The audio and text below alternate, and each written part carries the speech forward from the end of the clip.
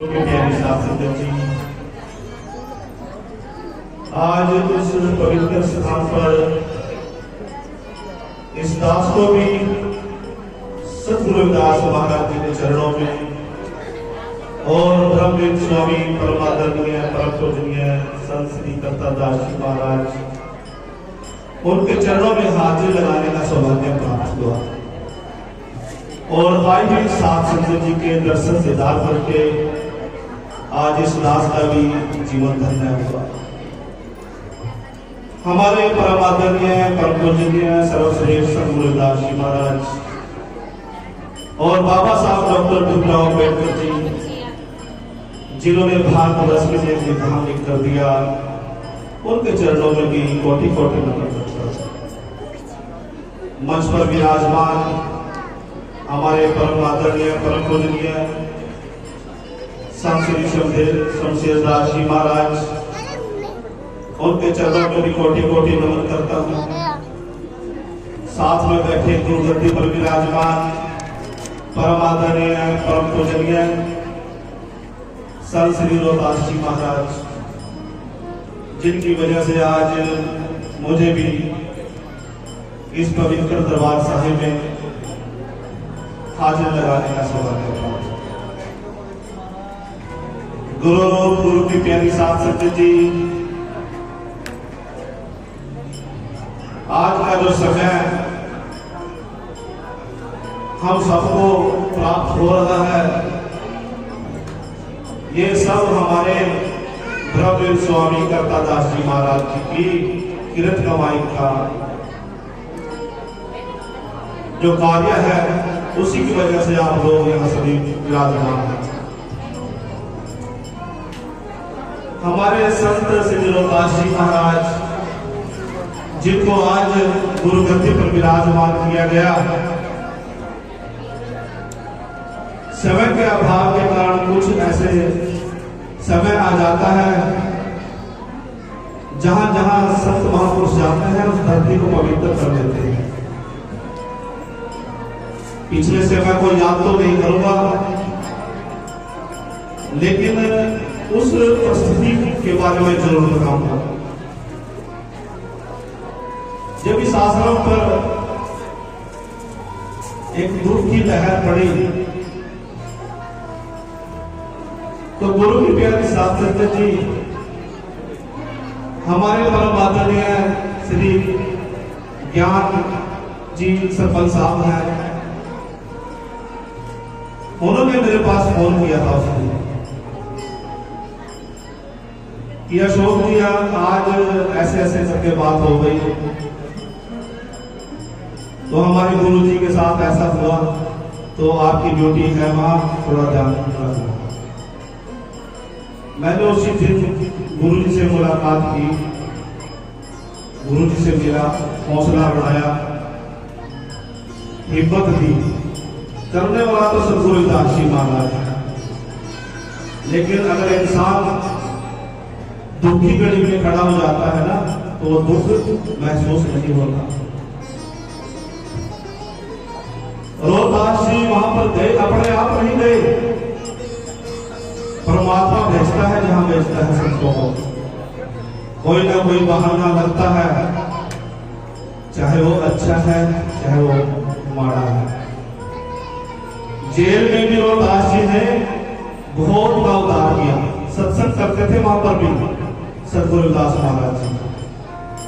रात को मैं 4 बजे भी जब जाता था घर के पास, तब स्नान करके महाराज जी के नाम में जुटे रहते थे, सिमरन करते थे।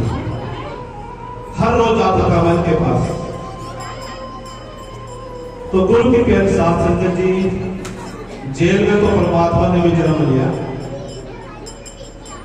वहां भी उद्धार करने के लिए परमात्मा ने जन्म लिया वहां पर भी। तो ठीक इसी प्रकार से हमारे परम पूजनीय रोहदास जी भी उद्धार करने के लिए गए थे, इसमें किसी का कोई कसूर नहीं है।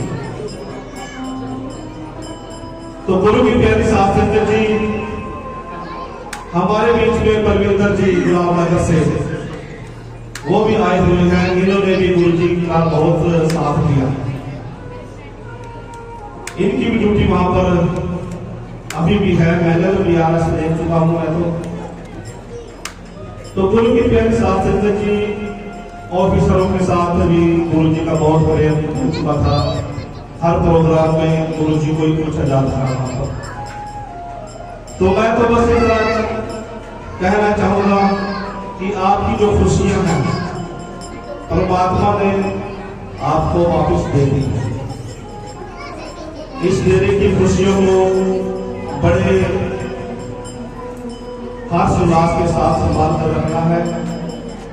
और सत्संग की भी मैं बहुत शब्दों में प्रशंसा करता हूं कि जितनी प्रशंसा की जाए उतना कम है। सारी संगत वैसे ही जुटी हुई बैठी है जिस तरह पहले बैठी हुई थी। तो गुरु की प्यारी साथ संगत जी, कभी भी देखना अगर आपके ऊपर कोई दुख की घड़ी परमात्मा करे ना आए ना, तो गुरु जी आपके साथ सबसे आगे खड़े होते हैं। तो आज उनके ऊपर ये आपत्ति पड़ी तो हम सब ने उनका साथ दिया है इस कार्य में। एक बार तो गुरु जी की उम्मीद भी टूट गई थी, मैं बताऊं आपको। लेकिन परमात्मा ना किसी न किसी के रूप में भेजता है जरूर। पहले ही दिन मैंने इनको मिला था, पहले ही दिन। तो गुरु की प्यारे साथ जियो करने कराने वाला तो सतगुरु रविदास जी महाराज है, इससे बढ़कर कोई नहीं है। इस शुभ अवसर पर ज्यादा समय तो मैं नहीं लूंगा। एक बात जरूर कहना चाहूंगा, मेरे इस जीवन काल में और मेरी सोच में, देखिए भजन कीर्तन को हम करते हैं, सभी संत महापुरुष आपको भजन के माध्यम से बताएंगे महाराज जी की बात किया जाता है। लेकिन गुरु की प्यारी साथ जी, आप सत्संग के माध्यम से मेरी बात पर शक्ति जितनी यहाँ पर बैठी है, एक ही बात कहना चाहूंगा बस, अगर आप लोग अपने घर में अपने पति का सत्कार करते हैं तो आपका जीवन सदा सफल है। अपने सास ससुर का मान सम्मान करते हैं तो आपके जीवन में कभी दुख नहीं आएगा। जो औरत अपने पति का सत्कार नहीं करती वो कभी सुख प्राप्त नहीं कर सकती। सवेरे आपके लिए रोजगार करने के लिए जाता है, शाम को पता है आएगा या नहीं आएगा, कुछ नहीं पता किसी की जिंदगी का।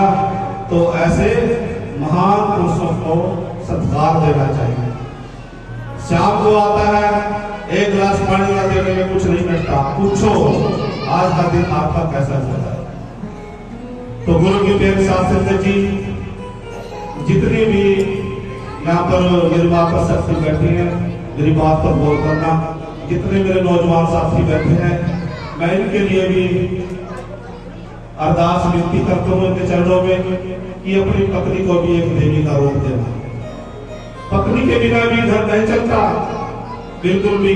अपनी संगत को महाराज जी के साथ ज्यादा से ज्यादा जोड़े, बीता हुआ समय भूल जाए।